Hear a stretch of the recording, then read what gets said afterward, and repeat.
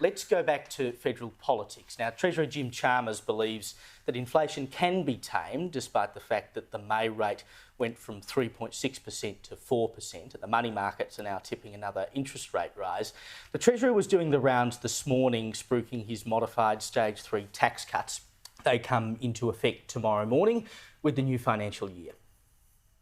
We're providing cost of living relief in a substantial and meaningful way, recognising people are doing it tough, but we're also doing it in the most responsible way that we can. Now, this is a big problem for the government, Joe. If you have an interest rate rise, or maybe even two, between now and the next federal election, which will probably be about May next year, the government loses the one thing it could possibly take to the public and say they've done, which is bring inflation under control and deliver you a rate cut. And what happens to them then? Look, I agree. I think if we get one rate rise, you know, you can probably kiss goodbye to majority government, and if we get two, then it's all on for young and old. I hope against hope. I've got, you know, literally my house writing on it that what Jim Chalmers is saying is right. A couple of things worth noting, and again, maybe I'm just deluded because I'm just thinking about my own mortgage going up. But one is that the May figure doesn't actually take into account what was in the federal budget because that wasn't handed down until the end of May. So it may be that, you know, was this speculation about a big spending budget and then it wasn't as big spending as people thought? I don't know. I doubt people when they're going out and spending think, oh, I wonder what's coming up in the federal budget. But anyway.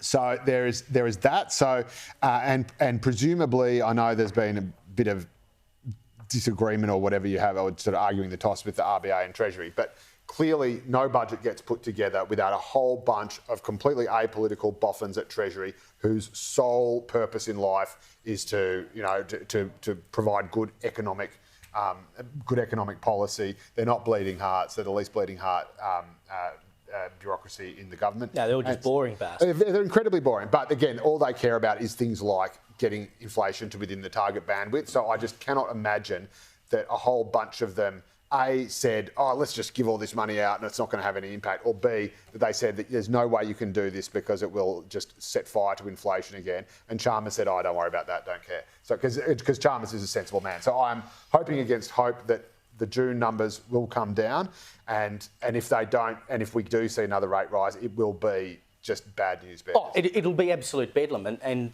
Michelle Bullock, the Reserve Bank Governor, Sam, has already sort of indicated that it's a possibility. They're not ruling anything in or out at this stage, and people are doing it hard enough as it is. They get their Stage 3 tax cut tomorrow and they get $300 off their power bill and poof, it's all gone. And that's exactly right. I'm sure she is absolutely prepared to increase interest rates if it's necessary. The problem with increasing interest rates, and there's been a number of articles that have pointed this out recently, you've got such a large portion of baby boomers and retirees that have such huge cash assets. And they're spending. So you increase interest rates and they get more money. Yes. And that money, that money gets bigger and bigger. And the people who already have, you know, huge mortgages and are under crippling debt and are finding every possible way they possibly can to cut back their expenditure, they just get hammered again. So the impact that you're going to get from every increase in interest rates, and that's the only lever that the Reserve Bank has. They've got one lever and it's interest rates backwards and forwards. That's it. And I was really critical of the rate rises last year, but I acknowledge that, you know, it's the only lever the RBA has. It has to respond to what's in front of it.